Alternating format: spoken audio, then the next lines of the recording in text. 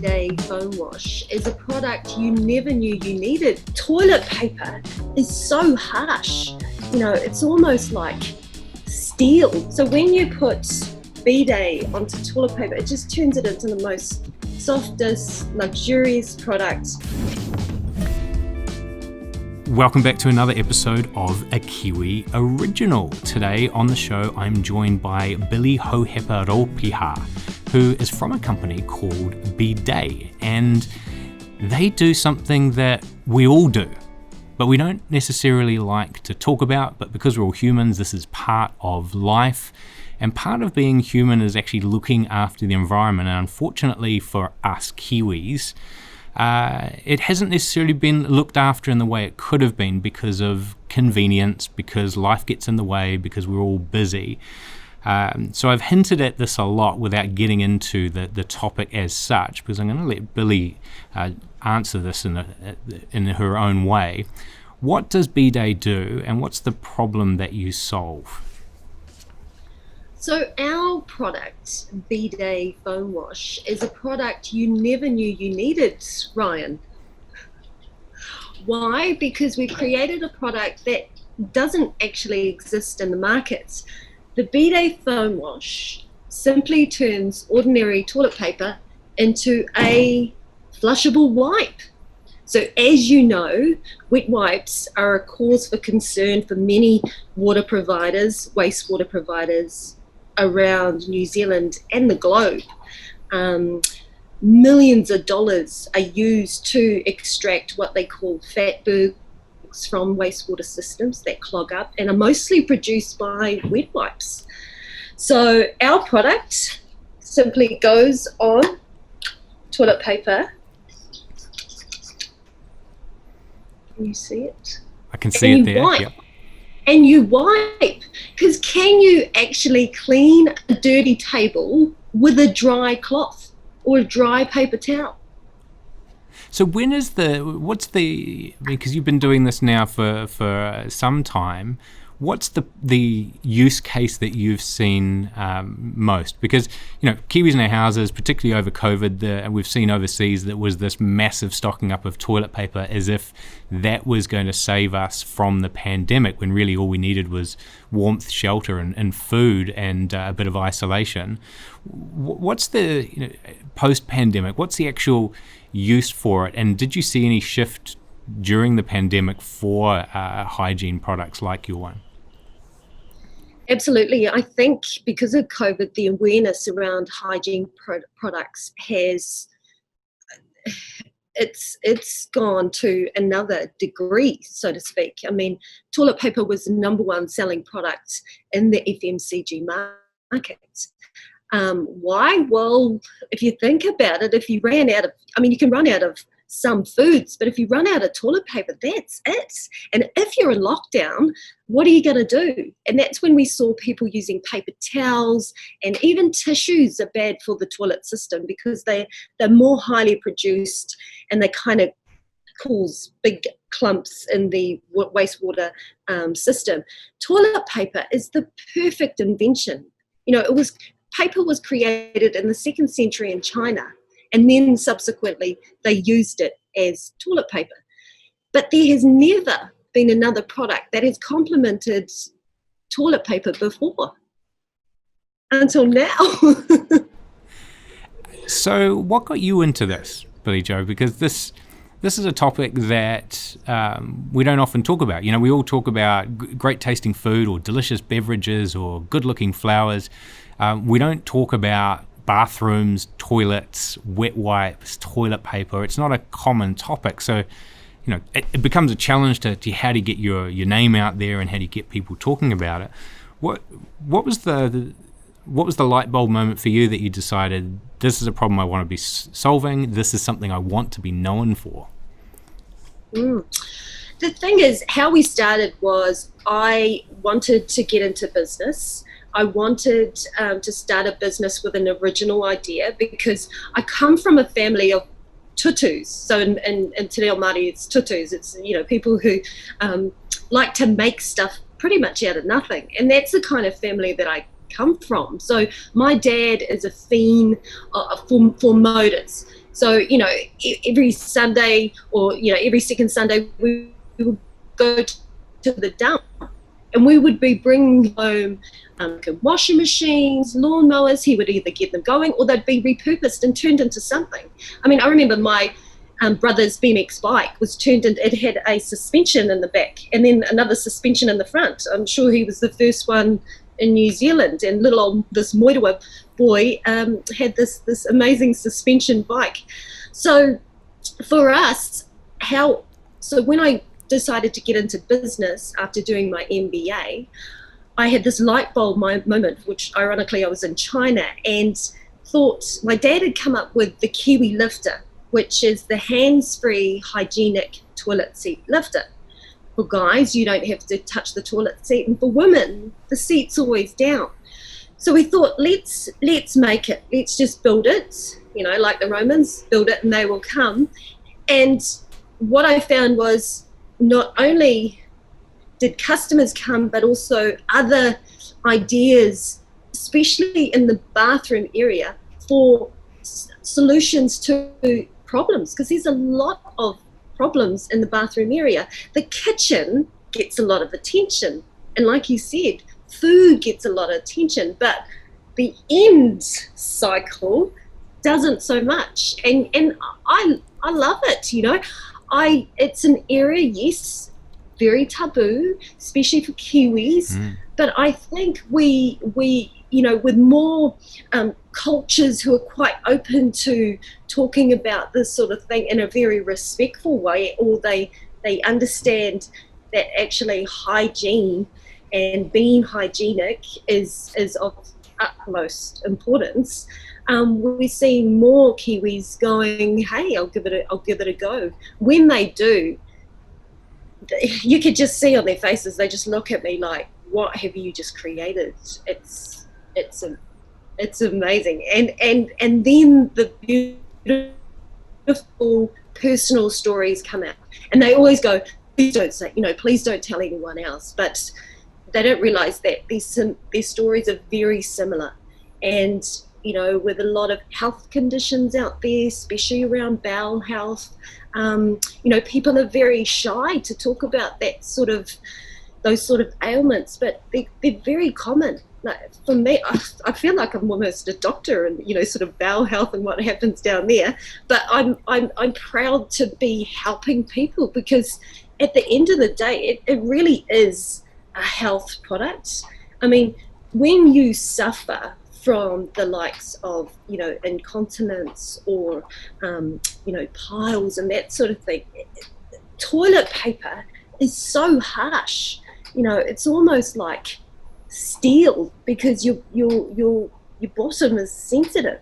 So when you put B-Det onto toilet paper, it just turns it into the most softest, luxurious product. And that's what I'm really excited for, is when people try it, that's it, they're hooked. They tell me, I can't believe we haven't had a product like it before. So there's a lot I'm picking up on. I'm going to go back and pick up on a number of things you've said. I think one of them is you've solved the problem differently, because toilet paper is available in 2-ply, 4-ply, soft, super soft. We've seen the dogs on TV showing the Rolly dog about how soft it is. But it's solving the wrong problem, right? Like yours is an applicator too. And just thinking about the life cycle of us human beings, there's probably two, as you say, two ends that you focus on. Is that one, it's when you're not in control of your bowels because you're older, or you're young and you're used to nappies and diapers. And it wasn't that long ago when disposable nappies were the default, right? And then there was this wave against disposable. It's bad for the environment. Is your product following along in that same vein with consumers caring about the environmental impact of what they buy and how they behave in their own home? Oh, absolutely. Look, we this product is not only for adults, but it's for babies. You can apply it to toilet paper and it turns it into a flushable wipe. Like, we can literally get rid of wet wipes tomorrow with my product. So in the UK, the government there is looking at, eliminating wipes. It is such a huge problem for them because while manufacturers like to think that people are going to use flushable wipes, they don't. They use baby wipes as well. I'm guilty of that. My girlfriend and I will go and visit her horse, do some feeding of the horse. No matter what happens, the horse will always nuzzle up against me, and you get horse hair all over you. And I don't want to wait until I'm back home to wash my hands. We have wet wipes in the car. So how would the B-Day solution swap that out? Would I then have a roll of toilet paper and the sanitizer, the foam that you sell?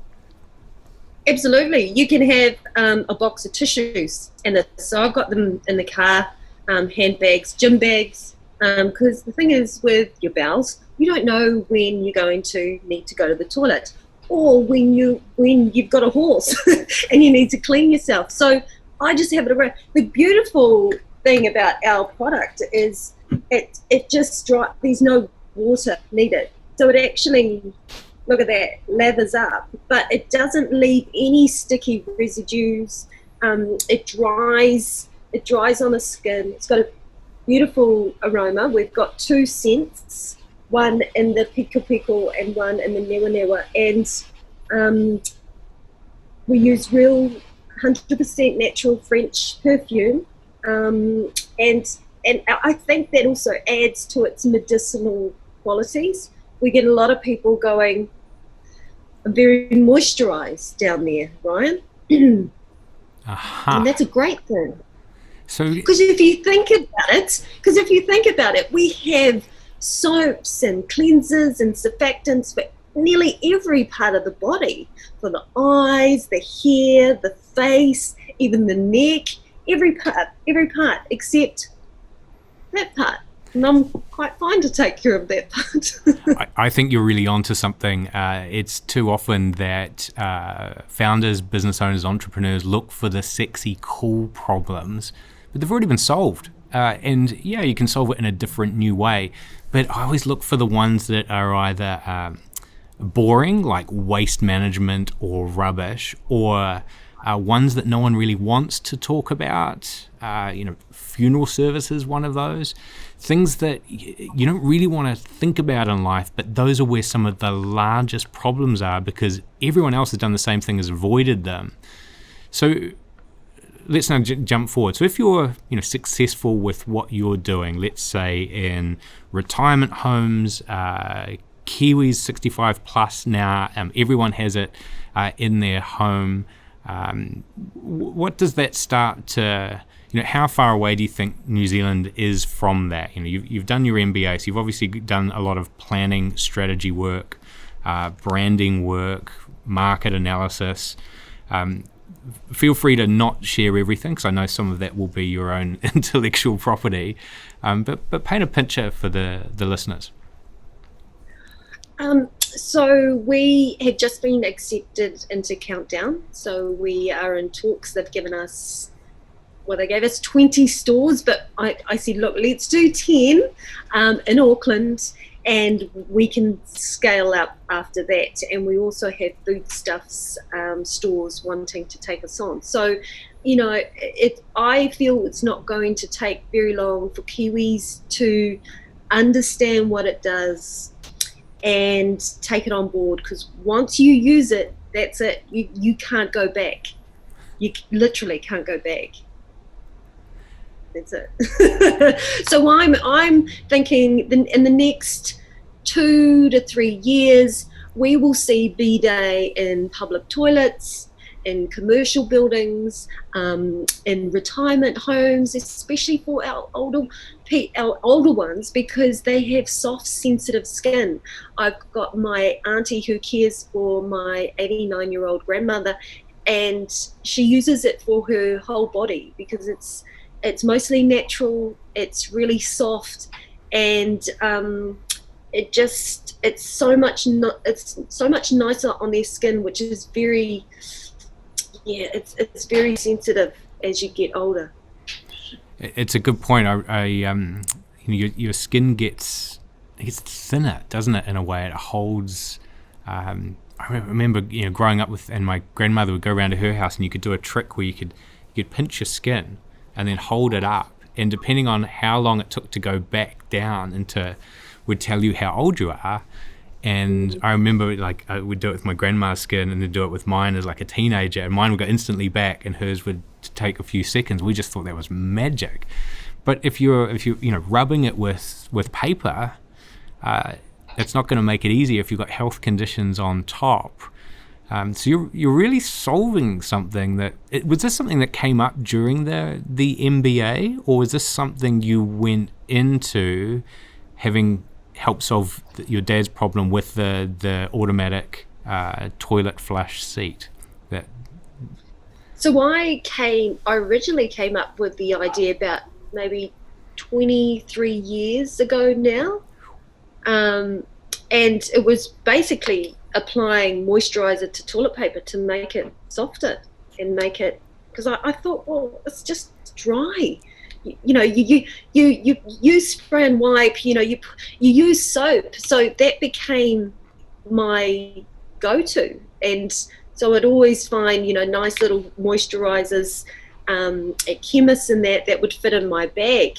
I thought everyone did it until, yes, I'd made my dad's Kiwi lift, and then thought, what other problems are there to solve in the bathroom space? And there was a group of friends in that, and I just said, look, what do you guys do when you after you've been for number twos? And they just went, well, we'll just wipe our bum. And I said, do you put anything on it? And they went, no. And I thought, oh. So then I kept kind of asking other people, they kind of think you're a little bit mad talking about poos. But then I said, well, would you, if I made my product, would you try it? And everyone said yes. So then I approached a manufacturer and made it into a foam. It was actually because of my kids, because they'd gotten out of nappies and they were toddlers, and I'd put moisturizer on the toilet paper to wipe them down, and they didn't like that creamy residue, the oily residue afterwards. And I thought, oh, okay, well, maybe I'll try a foam bottle. And so that was maybe about 10 years ago. And then the foam was a success. So then I approached a manufacturer and got B-Day today. It had to be beautiful, like it had to smell beautiful, because I love things that smell good. It didn't, it couldn't smell like chemicals. It had to be as natural as we could get it. And yeah, I'm really proud of it, because the stories I get to hear, which are very personal, and when they solve a problem, like, I'm going through chemo, and after radiation, I have 6 days of diarrhea. You've changed my life. Usually I'm just, I'm in pain, but putting B-Day on toilet paper just makes it not as severe. If not, they're telling me they're fine. I've got a 17-year-old girl who's always going to be in nappies because she's just got a bowel problem that makes her incontinent.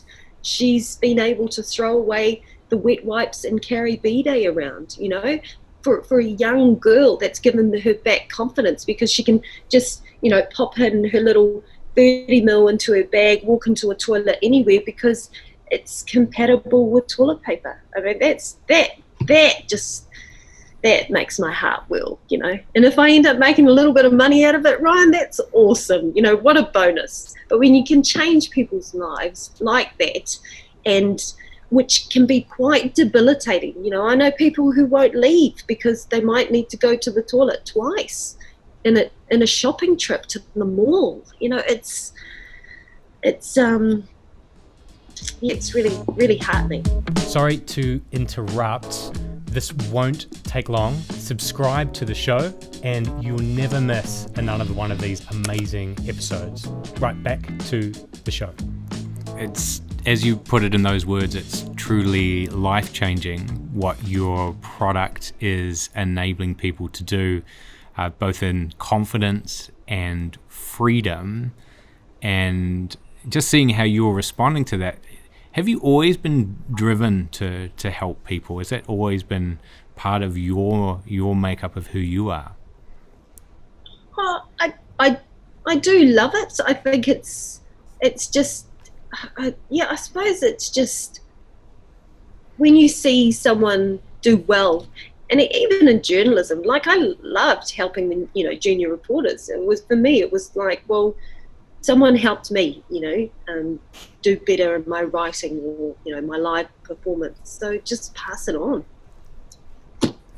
All right, let's change tack now. I haven't asked you about the branding and the packaging for something which is, at least in my mind, is an entirely new category, right? Like the toilet paper, I can visualize. It's usually wrapped in plastic. It is usually in 2s, 4s, or 8s, and there's a big aisle of it.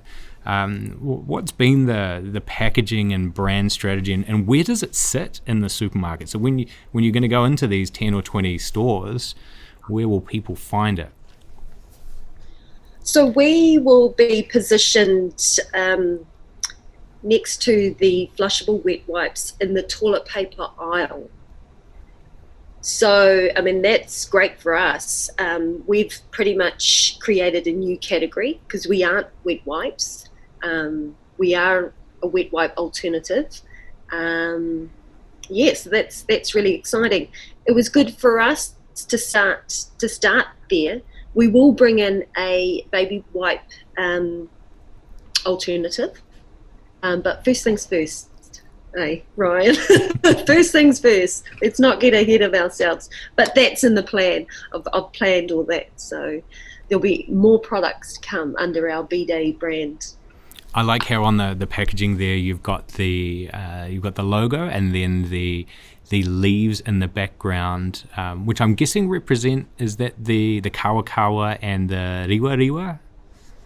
Yes, the niwa niwa. So, this is more a kind of a tropical. You've got your coconut, you've got your piko, but it is. It's it represents being good for the earth, natural and gentle on the skin, and so it was really important to have something that was beautiful. Now this is the 100 ml, and that's equal to 200 wet wipes. Wow. So it's going to sit next to the flushable wet wipes, which come in a packet of 40, and they retail from $3.99 to $5.99.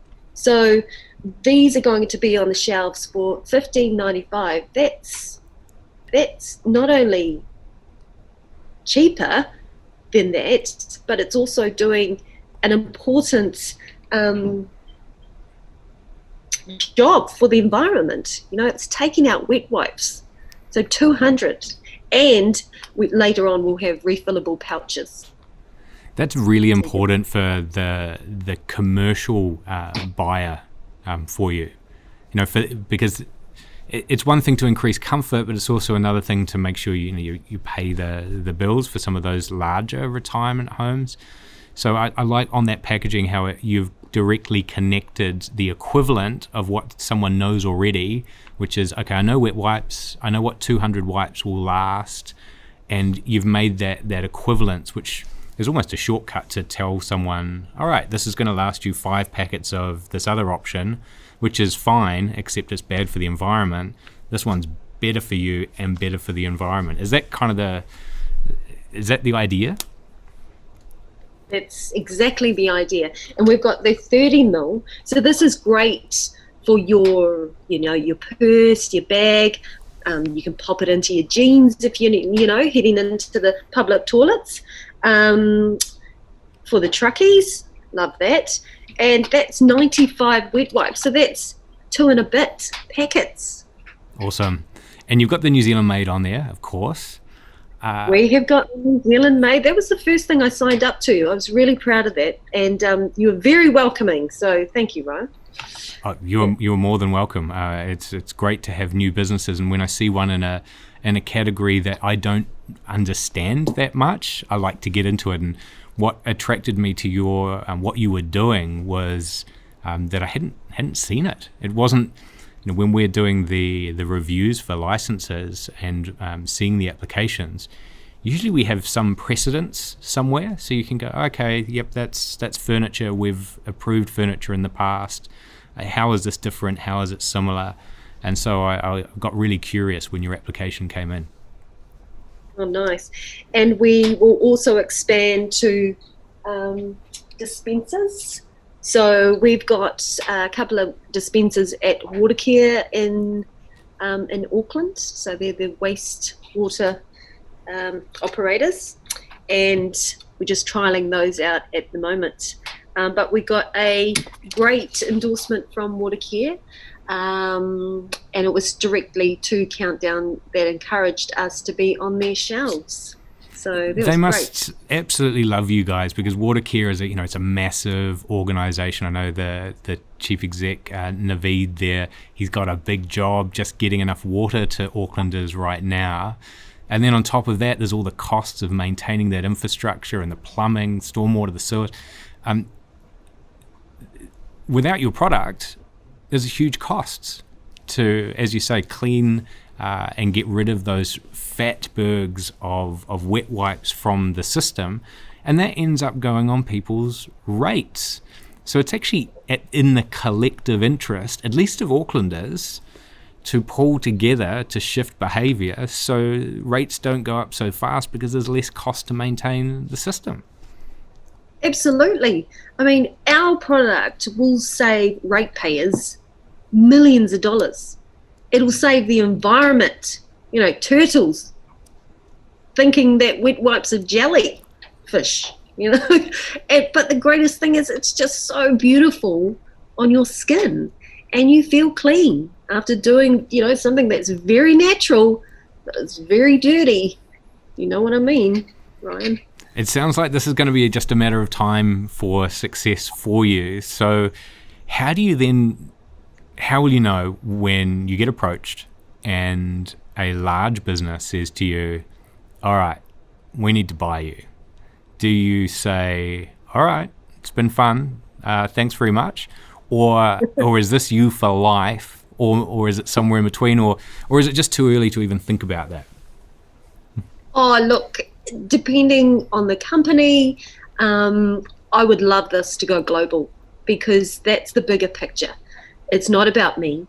It seriously is about the environment. And if that company can take it to the world and change behavior and change habits, why wouldn't you sell? I mean, I've got lots more ideas. I do not want to be CEO of my company. I don't. I want to be in the innovation department, creating more amazing products. I can't wait. I'm already getting another design IP with my lawyers, because that's what makes my heart sing. If I can create something, a solution to a problem, and women know a lot in that area. They're just being overlooked.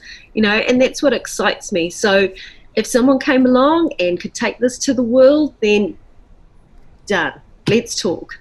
I was talking to someone from a supermarket chain, which I won't name, a buyer, and I said, what are the trends? And they said, we can't get enough of products that are environmentally and ethically focused, that do the job better than the incumbent at a similar, less or slightly more price. We can't get enough. And if it sits there, we will switch. And I thought that was amazing. That's somewhere in New Zealand. Amazing insight.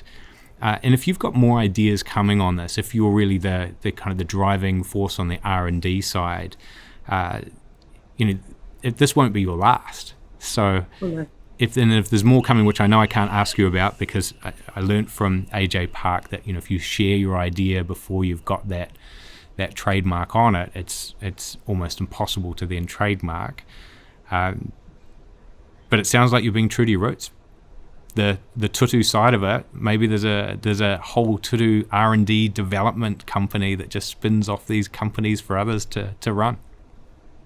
That's right, the tutupreneur. I mean, I'd love to, be able to just have it like a school-wide kind of movement where we just tutu, bring back the sheds, clear out the gym gear, Bring back the tutoring, I say.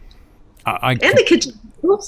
Completely agree. Sometimes by just getting out of the day-to-day, the processes, and doing something different, particularly when things don't work, like failure is a signal, or when there's a gap, there's opportunity.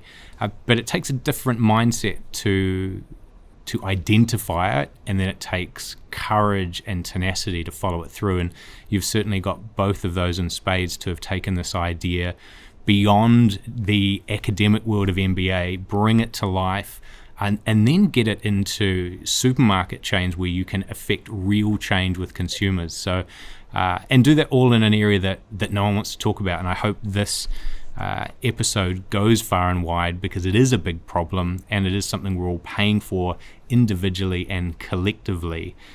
So before I wrap up, Billie, is there anything else that I haven't asked you, or anything you want to cover before we finish up? I suppose just I don't know if I want to spread any kind of advice, but just if you have an idea, make that prototype. Talk to people about whether because I don't know if I would have made it if I hadn't have made my dad's Kiwi lifter. But if there's a problem and you can identify it, then make that prototype. Like, just push through to the different stages. I find that a lot of people, it's very hard in the marketing stage, or how do I go from, thinking it's an idea to the aisle? Well, just try and find people who can help you get it there, because once you break through and then you've got your product, that's when the magic starts.